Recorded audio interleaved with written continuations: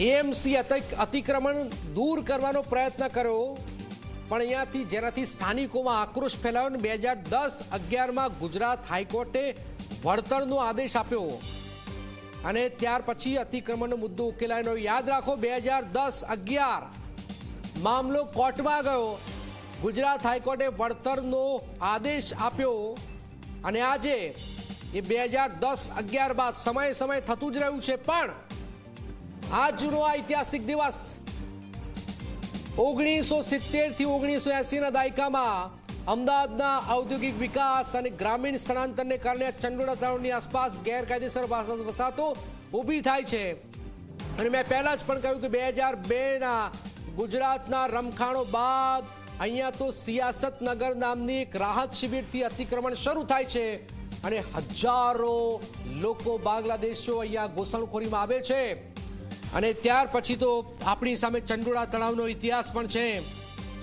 કરોડો રૂપિયાનો આ જમીન છે, કરોડો અબજો રૂપિયાની અંદર. અર્પણ અમારી સાથે જોડે. અર્પણ, શું થઈ રહ્યું છે હાલમાં?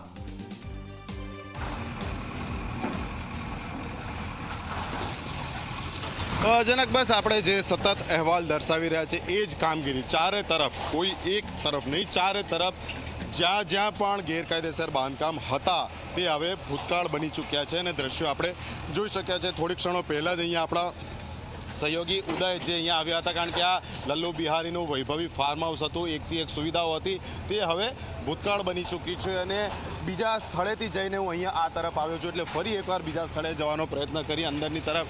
ત્યાં પણ આપ જોઈ શકો છો તમામ જે ઊભેલા કાચા પાકા સ્ટ્રક્ચર હતા તેને જમીનદોઝ કરી દેવામાં આવ્યા છે. અને એક સમય જ્યારે અહીંયાથી જતા હતા એ સમયે સામેની તરફ જે શેડ જોવાતો હતો તે પાડી દીધા છે. અને હવે ચંડોળા જે તળાવ છે તેનું પાણી અહીંયા દૂરથી જોઈ શકાય છે, કારણ કે આપણે અગાઉ કહ્યું તે મુજબ ભૂતકાળમાં આ જગ્યા અહીંયા પાણી હતું, પરંતુ બિલકુલ આયોજનપૂર્વક સુનિયોજિત રીતે તળાવનું ધીમે ધીમે પુરાણ કરવામાં આવ્યું, જેને જમીનમાં રૂપાંતરિત કરવામાં આવી અને તે બાદ અહીંયા જુદા જુદા પ્રકારના વાહનો કે પછી અન્ય સાધનો લાવીને ખડકવાની શરૂઆત થઈ. પછી કાચા બાંધકામો કરવામાં અને પાકા બાંધકામો કરવામાં આવ્યા.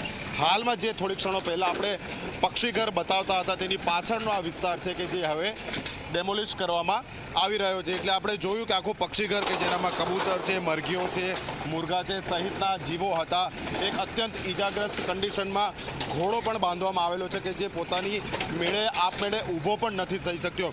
બીજી કરુણ બાબતજનક એ છે કે કબૂતર, મોટાભાગના કબૂતરની પાંખો કાપવામાં આવેલી છે, જેથી કરીને તે ઉડીને જઈ નથી શકતા. આપણા કેમેરાની સામે આવું જ એક નિર્દોષ કબૂતર છે કે જેને આઝાદ તો કરી દેવામાં આવ્યું છે, પરંતુ તે ઉડી નથી શકતું. એટલે ભગવાન ન કરે કે ક્યાંક આ ડેમોલિશન કામગીરી દરમિયાન આવા કોઈ અબોલ પક્ષીઓનો કોઈ જીવ જાય, પરંતુ કર્મચારીઓ પૂરેપૂરો પ્રયત્ન કરી રહ્યા છે કે બને ત્યાં સુધી તમામ કબૂતર કે અન્ય જેટલા પણ જીવ છે તેને અહીંયાથી સુરક્ષિત સ્થળે ખસેડી દેવામાં આવે. પરંતુ કબૂતરોની જે મર્યાદા છે તેમની પાંખ કાપી દેવામાં આવી છે, તેના કારણે તે ઉડી નથી શકતા. વધુ એક કબૂતર આપ જોઈ શકો છો અહીંયા આવી રીતે મેદાનમાં ફરી રહ્યું છે. એટલે આવા જુદા જુદા ઘણા દ્રશ્યો અહીંયા જોવા મળી રહ્યા છે. અને આ જે શરૂઆતમાં જે આપણે સ્થળ બતાવ્યું હતું, આખરે પુનઃ આપણે ત્યાં જ આવીને ઊભા છે કે જે હવે સંપૂર્ણ ભૂતકાળ થઈ ગયું છે, કે જ્યાં અહીંયા કાચા પાકા શેડ, વિવિધ બાંધકામ કરવામાં આવ્યા હતા તેને સંપૂર્ણ જમીનદોઝ કરી દેવામાં આવ્યા છે. જી જનક.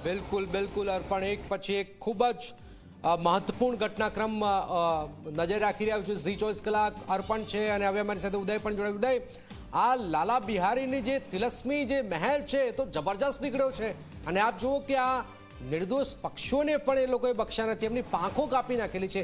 આપ હાલમાં શું ગતિવિધિઓ ચાલી રહી છે, ક્યાં બુલડોઝર ફરી રહ્યું છે આગળ? ઉદય, બુલડોઝર કરતા જે એમની કાર છે વૈભવી, એ બધી કાર આપણે દેખાડીશું. આ બિહારીની કારો છે, તમે જોઈ શકો છો કે પોલીસની અંદરથી ચાવીઓ મેળવી હતી. ચાવીઓ મેળવ્યા બાદ જે છે અત્યારે આ કારને અહીંયાથી લઈ જવા માટેનો પ્રયત્ન કરવામાં આવી રહ્યા છે પોલીસ સ્ટેશન ખાતે. આ બીજી કાર છે એની કે જે એ અહીંયા રાખતો હતો, પોતાના ઉપયોગમાં લેતો હતો. ત્રીજી કાર જે છે એ પણ આપણે દેખાડીએ, ક્રેટા. તમે જોઈ શકો છો કે આ તરફ જે ક્રેટા કાર પડેલી છે આ પણ એની બિહારીની કાર છે. આ દ્રશ્યોમાં દેખાડીએ આપણે.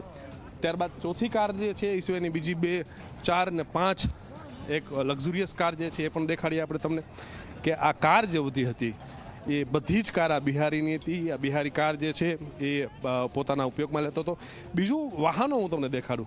ટ્રેક્ટર છે, ત્યારબાદ જે છે લાઇટ રિપેરિંગ કરવા માટેના જે પોલ આવે છે એ પણ અહીંયા છે. આ બધી જ વસ્તુ એ અહીંયાથી ભાડે આપતો હતો. આ આખા દ્રશ્યો છે.